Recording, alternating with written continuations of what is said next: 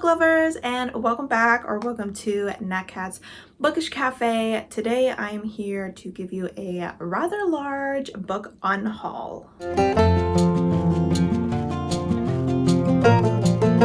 I'm so excited to finally be doing this video. I only do unhauls about once a year, and I have been collecting these books under my bed like a squirrel all year long, and I am ready to get them out of my house because I feel really bad that they're down there in the dark collecting dust rather than on display on someone's shelf. So we have 49 books to go through today. Most of these are books that I have read. There's maybe like 2 or so that I haven't read. I usually try to make sure that my shelves really reflect the books that I love, which often means getting rid of books that I felt kind of meh about, or obviously books that I straight up didn't like. So this is a combination of books that have just been on my shelf for a long time. I haven't really reached for them with any intentions of rereading them or recommending them, or they're books that I read in the last year or two and just decided I don't need to keep them on my shelves. Some of these books I did enjoy and would go ahead and recommend, but I think they would just find a happier home with someone who appreciates them more than I do. These are not really going to be in any order. I think I'm going to go through the 7 or so book of the month books that I'm getting rid of. There is a reason I got rid of the subscription. 1, I was just skipping so often, and 2, out of all the book of the month books that I have read, I'm only keeping 2 of them and the rest I'm unhauling. So clearly these books are just middle of the road for me, but we'll go ahead and start with those, and then I will just work my way through these piles of books. I'm not going to give a synopsis or anything. I may give you a little bit about the reasoning for why I decided it just doesn't need to stay on my shelf anymore. All right, book 1, we have Sky Falling by Mia Mackenzie. This is a book that I've had on my shelf for the longest time, and honestly, I never really think about it. I never reach for it really for recommendations or anything. This is a sapphic contemporary. I kind of struggle to consider it a romance, and I think I was hoping for more romance in this, and it's more contemporary lit fic, and so that's why it didn't really work for me. But obviously this is a book by a Black author featuring Black queer characters, so I definitely think it's good to get it out there in the world for someone else to pick up. Next, we have one of those few books that I never actually read, and that is Anna K by Jenny Lee. I didn't actually get this from Book of the Month. I got it for like $2 at a library sale. Who can say no to a $2 hardback? But obviously over the years I've been looking at it and I've just kind of realized that I'm never going to pick it up. I've never read Anna Karenina or whatever that book is called that this book is inspired by, and it's just not a story that I'm interested in, so we'll go ahead and pass it on yet again. Up next, we have The Hacienda by Isabella Cañas. This was a book that I gave 3.5 stars. I thought it was a decent time. However, I did give the author a second chance by reading an audiobook by her, and I didn't enjoy that either. So I don't really feel the need to have this author's work on my shelves. I know a lot of people really do enjoy her work, so I'm happy to go ahead and put this out there for someone else to pick up. Up next, we had a book that I DNF'd this last year, and that's These Violent Delights by Chloe Gong, and I actually only read like 28 pages of this and just decided that this author's writing wasn't for me. I know that this is a book that a lot of people really do enjoy, so happy to give it to someone who will actually like it. Next 2 books are books that I did enjoy, but they just didn't give me what I was looking for. The first is Don't Cry for Me by Daniel Black. This was on my most disappointing books of the year for 2023. I did give this, I think, 3.5 stars, so I do still recommend this book. It's just I was hoping for more father-son relationships, and it's kind of a similar case for The Vanishing Half by Britt Bennett. For this, I was hoping to get more sisterly relationships, and we didn't get that, so I was left a little bit underwhelmed. For the final book of the month unhaul, we have Upgrade by Blake Crouch. This was the last book I read in 2023. If I hadn't already filmed my most disappointing books of the year video, this definitely would have made it on there. I have read 2 other books by this author, absolutely loved them, not this one, and so I really have no reason to keep this on my shelf because it was a pretty big disappointment. Going into the rest of the books in complete random order, first we have Nick and Charlie by Alice Oseman. I will go ahead and take the gift note out here. Thank you again, Amy from A Star Reads, for gifting me this. Unfortunately, when I read it, I found that I just didn't really enjoy it. I do enjoy the graphic novels, but maybe Alice Oseman's like novel writing isn't for me. I know that this world and characters has a huge fan base, so I think I will go ahead and put it out there so one of the big Nick and Charlie fans can go ahead and pick it up. Up next we have Kindred by Olivia E. Butler. This is a book that I read and enjoyed. I also watched the TV show and thought it was decent as well. I just don't remember this book that much and feel like I didn't love it as much as other people did, and I just know that she is a very popular author, so I'm going to go ahead and put this out there so someone else can pick it up. Next we have a book that I think made it onto my worst books of the year, and that is Wolf Gone Wild by Juliet Cross. I think that there is definitely quite a few people who enjoy this series. I was not one of them. I was incredibly bored with the story and have no desire whatsoever to continue with the series, so no reason to keep this on my shelf. Up next, we have the first 2 books in the Veronica Speedwell series. We have A Curious Beginning and A Perilous Undertaking by Diana Rayborn. I am continuing with this series, but because I read the 3rd book as an audiobook and thought that it was an enjoyable experience, I decided that there's no reason for me to keep the first 2.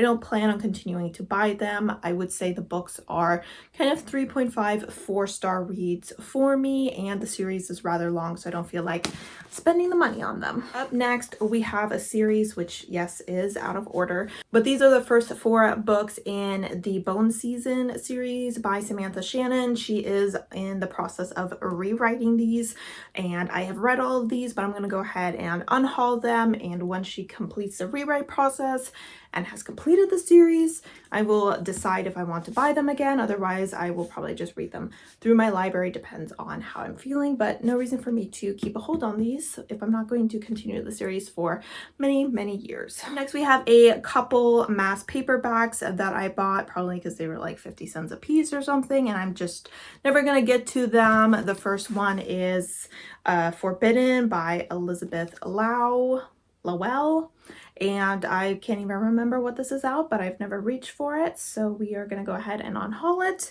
And the other one is An Irresistible Bachelor by J.R. Ward. I think I wanted to like test out this author to see if I wanted to go into her. Isn't she the author of the Black Dagger Brotherhood or whatever?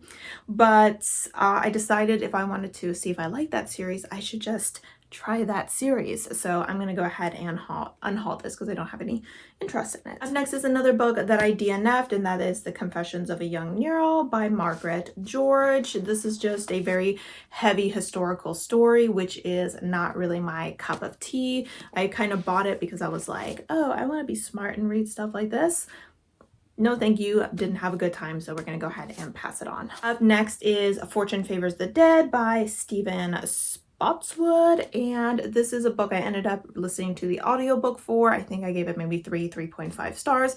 It was a decent time. It's not anything I think I will ever really recommend, and I will of course not be continuing with the series, so there's no reason for me to keep book 1 on my shelves. And it is a sapphic story, so it'll be good to go ahead and put it out there for someone else to pick up. Next, we have a book that survived a couple unhauls, but I'm finally getting rid of it, and that is The Antidote for for Everything by Kimberly Martin. And this is a book that I feel is kind of misadvertised because I feel like it focuses very heavily on the fact that it's supposed to be discussing the topic of trans rights within the medical field, or at least with their rights to actually receive medical care. And I feel like that is a very small part of this book. It's kind of like the background story, and that definitely left me disappointed. But I mean, I feel like if you want to like dip your toes into trans issues, you can read this, but it isn't by a trans author, and the main character isn't trans either. So next, a couple more books that I DNF'd possibly in October or maybe November, I can't remember, but one of them is Sundial by Katrina Ward. I think I only got about 60 pages into this. This is definitely an author I would like to give a second chance, but obviously I'll be checking out her work through the library before I purchase another one of her books. And the other one was a nonfiction book, and this was Dracula. And I just decided this wasn't a topic that I was super interested in, nor was it a nonfiction that was written in a way that I enjoy, as in this was super info dumpy. And I was just like, if you expect me to retain these paragraphs of just like names and dates, it's not gonna happen. So we are passing this on to another Dracula lover. We do have a couple other nonfiction books. The first of them is Resilience Thinking, and this is just a book that I read during my college years, so I was holding on to it, but honestly, I don't go back to it or anything, so there's no reason for me to hold on to it.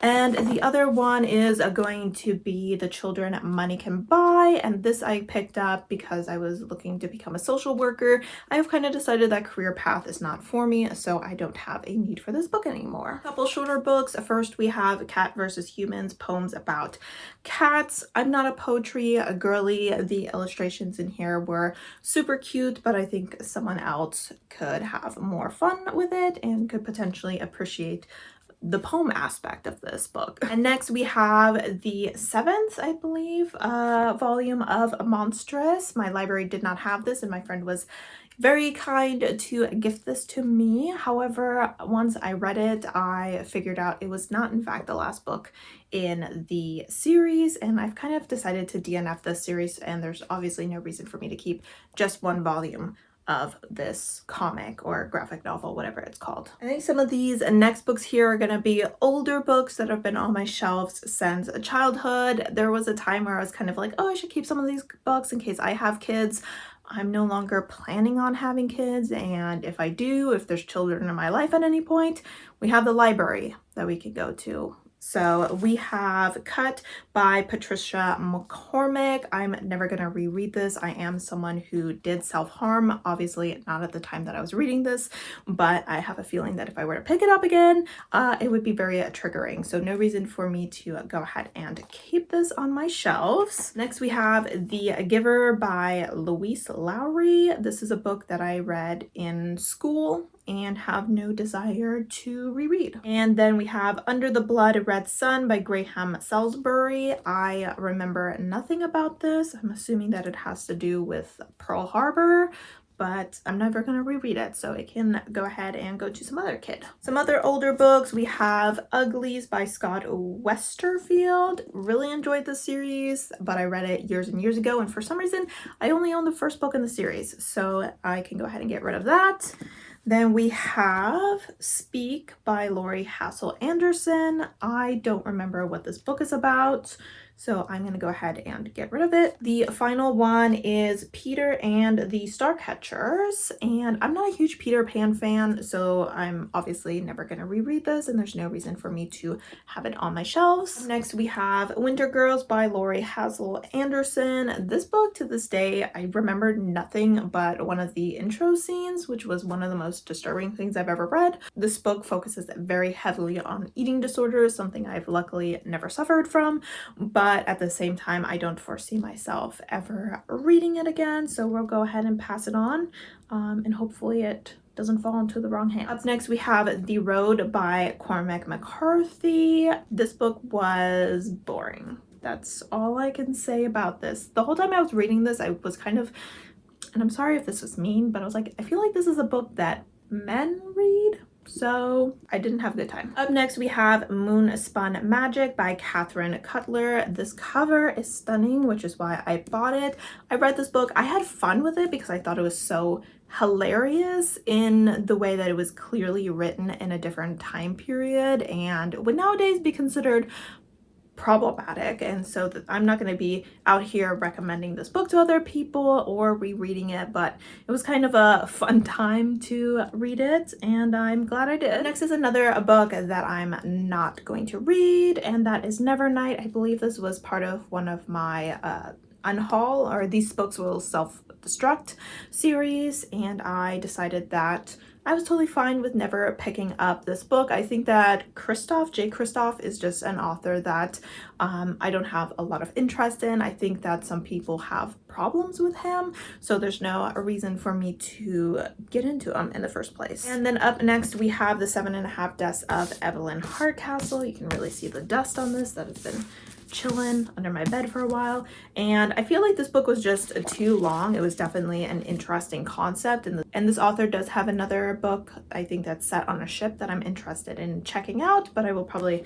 just get it from my library. And then we have The Night Circus by Erin Morgenstern. This is a well-beloved story. I have read this book twice, and both times I was relatively underwhelmed. I think that this is just not a story for me, but since it is so well beloved, I would love to put it out there for someone else to enjoy. And we are moving on to the last stack. We have Beastly by Alex Flynn. This was a YA Beauty and the Beast retelling. I don't know if you remember the movie with like Vanessa Hudgens in it. I believe I enjoyed it. I at least remember enjoying the movie, but obviously I'm just never going to reread this. Next, we have another book that I never read, which I think was part of that self-destruct round, and that is Beneath the Scarlet Sky by Mark Sullivan. World War II historical fiction just isn't really my jam. I think it's just, I've read too much of it at this point, but my mom did enjoy it. So someone in this house did read it and enjoy it, but now it's time to pass it on to someone else. Up next, we have Shanghai Girls by Lisa C. Lisa C is definitely an author I could foresee myself reading in the future, but for some reason I just had zero interest in continuing this series. I think it's a duology, and I just don't feel the need to keep this book on my shelves, especially since I'm not going to be rereading it. On the other hand, we have The Memoir of a Geisha by Arthur Golden. I do believe we, in this household at least, have another copy of this book, and there's no reason for me to have an additional copy, especially since I don't foresee myself picking it up again. Next, we have Sisters of Element by Salazar de Brox, and this was a book that my parents got for me from a local author. I read it. I thought it was decent. At the time that I read it, I kind of looked to see if the series was continuing, and I didn't see anything, so I decided, you know, that's fine. We'll just move on. Up next, we have Call Me By Your Name by Andre Ackerman, and this is a book that I read. Didn't think anything super special of it. I know that some of the girlies absolutely love this book. It wasn't my cup of tea. Up next, we have The Dry by Jane Harper. I ended up reading this as an audiobook. I think I actually read this last December, like December of 2022, and I thought it was decent. For me, it just didn't really do much, anything new or exciting, and so I felt no need to continue with the series and no reason for me to keep the first book, especially since I didn't even read it physically. And then we have another book that I DNF'd, and that was The Bird King by G. Willow Wilson, another very dusty book. These black books definitely show the dust a lot, and this is another book that my mother read. She didn't love the ending, so I just know for a fact that I'm never going to give it a second chance or anything, and we'll go ahead and pass it along, even though it has such a stunning cover. And the final two books, we have autobiography by Christina Lauren, and this is a book I read years ago. I don't have any strong memories or feelings towards it or this group of authors. I don't pick them up a lot, so I am more than happy to go ahead and pass off a YA queer story for someone else to read. And the final book is going to be The Heart of Fae by Emma Ham, and this was a kind of self-published fantasy romance that I was very underwhelmed by. I did end up reading the second book, but I got it on KU, and there's no reason for me to keep this despite the stunning cover, but I think that someone else would be very excited to find this. So very upset that I didn't like it, but it is the way that it is. All right, guys, so those are all the books that I'm going to be unhauling. I'm going to be super happy to have them out of my house, and I'm sure that they will be happy to actually go off and have the chance of finding someone who loves them a lot more than I do. I'm trying to think of what question I should ask you guys. Obviously, I don't want to ask if you loved any of these books because that would make me feel bad, but why don't you let me know what the last book you unhauled was? And as always, thank you so much for supporting my channel by watching my videos, and I hope to see you next time. Bye!